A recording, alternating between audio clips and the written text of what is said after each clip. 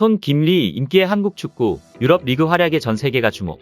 중국 매체 네티즌은 A매치 기간이 끝나고 유럽 축구 리그의 핵심 인물은 한국인이라고 보도했습니다. 기사 내용에서는 토트넘의 주장 손흥민, 울버햄튼의 황희찬, 파리의 골든보이 이강인, 괴물 수비수 김민재, 마인츠의 이재성, 슈투트가르트 정우영의 최근 활약을 조명하고 있습니다. 저번 시즌부터 지금까지 중국의 여러 매체들은 꾸준히 한국의 유럽파 선수들에 대한 보도를 했었는데요. 중국 매체 바이두는 유럽의 한국 4대 스타, 3대 스타라는 단어를 쓰며 한국 선수들을 조명했었습니다. 유럽에서 뛰는 한국 4대 스타를 종합해보면 손흥민과 김민재가 최고의 활약을 펼쳤다. 현재 유럽에서 뛰고 있는 한국 선수는 171명 중 82명이 유럽 5대 리그에서 뛰고 있으며 일본을 제외하고 유럽에서 뛰는 선수 수가 가장 많은 아시아 국가이기도 하다. 너무 배가 아프다. 한국 대표팀의 3대 스타는 유럽의 강호를 위해 뛰고 있고 중국 남자 축구 대표팀은 신발을 신을 자격도 없다. 김민재는 세 번째로 합류한 한국 선수다. 메이저 5개 리그에 부유한 팀이며 아시아 언론의 팬들도 한국 축구의 영광을 응원했다. 이것이 아시아 축구의 빛이다. 아마도 중국 축구만이 죽음보다 더 애도할 것이 없을 것이다. 오늘날의 중국 남자 축구 대표팀은 신발을 신을 자격조차 없다. 김민재는 고한 시절 소쿨이라며 팬들의 욕을 먹었고 김민재는 한국 언론과의 인터뷰에서 중국 선수 중 수비할 줄 아는 사람이 없다고 직설적으로 말했다. 김민재는 공격적인 중앙 수비수이지만 파트너 다바오의 실력 때문에 결국 고한을 떠날 수밖에 없었다. 이런 단순한 것에서 우리는 중국 선수와 한국 선수 사이의 격차를 느낄 수 있다. 중국 리그는 김민재의 신발을 맡길 자격이 없고 현재 중국 남자 축구대표팀은 신발을 신을 자격이 없다. 이번 시즌에 와서는 훨씬 더 많은 한국 선수들이 유럽에서 굉장한 활약을 이어가며 이에 따라 중국의 여러 매체가 앞다퉈 보도하고 있습니다. 중국 스포츠 매체 즈보바의 여러 기사들을 보여드리겠습니다.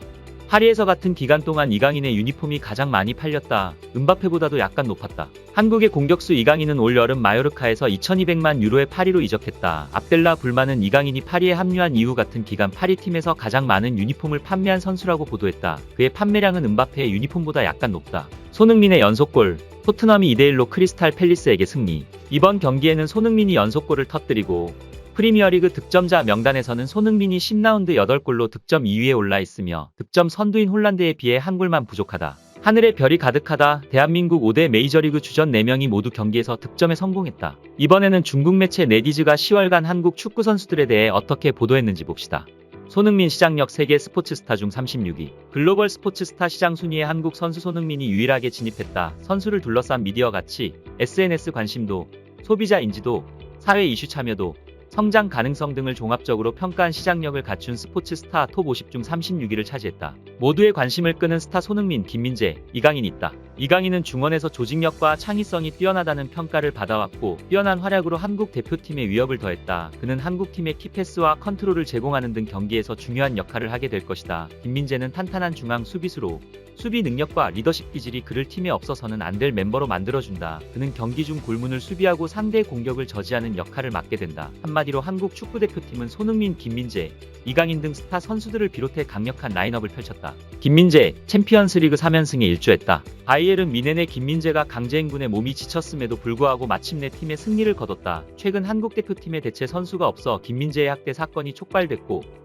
중요한 경기를 앞둔 대표팀도 안심할 수 없다. 한국 대표팀에는 현재 김민재를 대신할 왼쪽 센터백에 적합한 선수가 없다. 실제로 한국 선수들이 아시아에서는 독보적으로는 유럽 축구에서 활약 중인데요.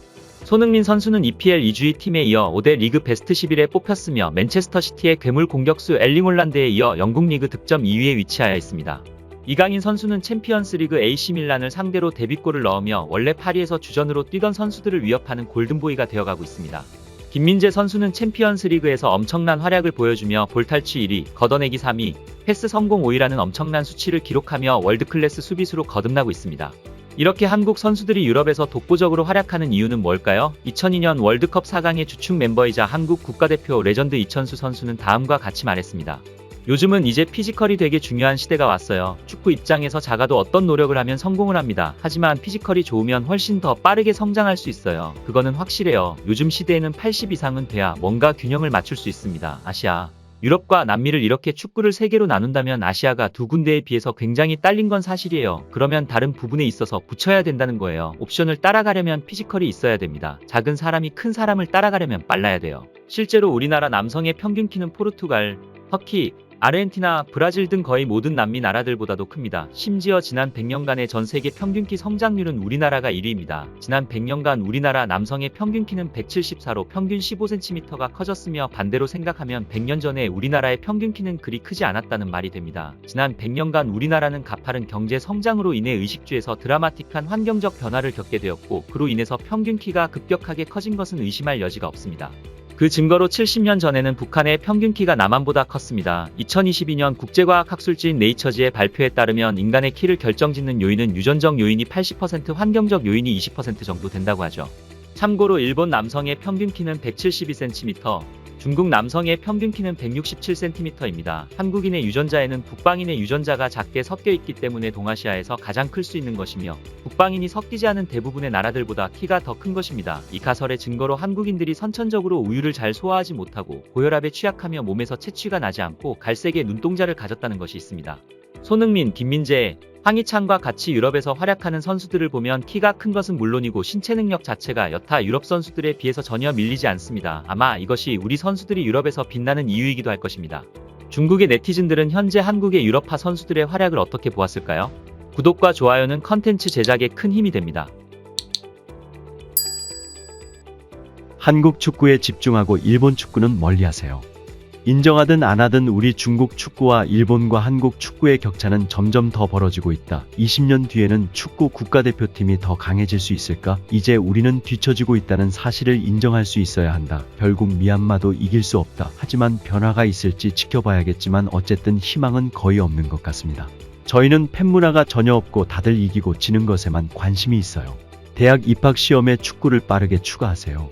축구는 언젠가는 개혁이 필요하다. 승패와 상관없이 누가 더 잘하느냐에 달려있다. 가장 발전된 사람이 우승을 차지할 것입니다.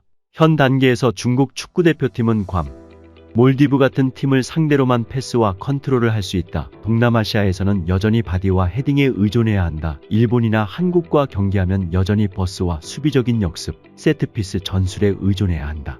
손흥민은 그냥 중앙 스트라이커에서 더 잘하는 듯. 잉글랜드 축구 스타가 떠나자 아시아 축구왕의 축구 실력이 더 발전했어. 너무 부럽다. 부러워 죽겠어. 손의 슈팅 스킬은 월드 클래스. 한국이나 일본 선수들은 다 잘하는데 더 무서운 점은 손 형님은 왼발로도 월드 클래스라는 거야. 아버지로부터 배운 훈련으로 손흥민은 페널티 박스 근처 어디에서나 골이 가능함. 난 부럽지 않아. 우리에게는 아직 우레이가 있잖아. 슈팅 스킬은 훈련으로 충분히 발전 가능함. 하지만 우리 중국 선수들은 재능도 없는 데다가 훈련도 제대로 하지 않아. 프리미어리그 1위 팀 주장이자 아시아 최고 선수 손흥민. 중국 선수였다면 저런 기회에서 또 골 못 넣었겠지. 이제 캡틴이니까 수비하지 않는다고 욕먹을 일도 없을 듯. 케인나 없는데 왜 저렇게 잘해. 세계 넘버원 축구 선수 우레이가 손흥민 골 장면 보고 또 우라통 터질 듯. 손은 아시아의 빛이야. 토트넘 마지막 10분은 콘테가 다시 돌아왔는지 알았네. 요즘 진짜 입맛이시다. 유럽 축구 경기 있을 때마다 입맛이셔. 이강인 아시안게임에 나왔던 그 선수지? 발렌시아에서는 챔스 골 못 넣은 거였어? 바르셀로나 선수들 보면 10중반에 이미 활약. 얼마 전에 또 어린 선수가 나왔더라고. 우리만 뒤처진 거야. 똑같은 장면에서 우레이면 분명 홈런일 텐데. 왜 자꾸 한국이나 일본 선수 기사가 뉴스에 나오는 거야? 이번 생에서 중국 축구의 부상은 다시는 볼 수 없을 것 같음. 중국 젊은 재능들은 어디서 뭘 하는 걸까? 22살 선수를 젊은 재능이라고 부르는 중국 언론의 버릇은 언제쯤 바뀔까? 한국, 일본 선수들은 빛나고 중국 축구는 맨날 망신당하고 어떻게 저런 나라에서 좋은 선수가 계속 나오는 거야? 손흥민만 봐도 토트넘 주장, 중국 선수들은 평생 노력해도 도달하지 못할 위치임. 중국에 이강인이라는 선수가 있었어. 이 경기의 절정은 이강인의 골이었어. 골 장면에서 이강인을 우레이로 바꿔보면 일단 우레이는 크로스볼을 정지시키고 골키퍼를 보고서는 가볍게 가슴에 볼을 안겨줄 듯. 우리 공격수들이라면 저런 기회 못 살리지. 우리 공격수면 저런 기회 자체가 없음. 보기에는 쉬워 보여도 결코 쉬운 슈팅이 아님. 손흥민 정도의 슈팅 기술이니까 쉬워 보이는 거지. 프리미어리그 커리어가 끝나기 전에 프리미어리그 150골은 달성할 듯. 대단하네. 이번 시즌 프리미어리그 2명의 한국 공격수 모두 대단. 중국 선수와는 왜 이렇게 차이가 큰 거야? 여기까지입니다. 실제 글로벌 네티즌들의 반응을 팩트로만 전달드리는 찬쇼TV. 구독, 좋아요는 컨텐츠 제작에 큰 힘이 됩니다. 행복한 하루 보내세요.